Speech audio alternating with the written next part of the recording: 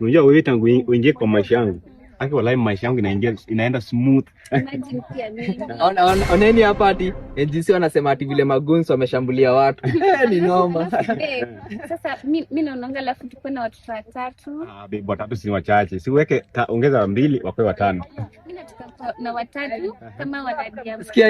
Sikieni hii. Najua ati mtu anapenda unga anaambia ngoaje, ameunga. Na mtu mwenye anapenda mchele, amemchele. Sasa babe, unajua nini leo?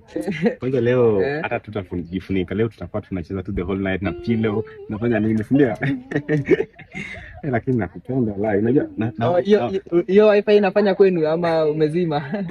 Na hurumia watu wenye wako single. Wewe tu mtu ako single kwa hii dunia bado uko single. Sasa akida kurumianga.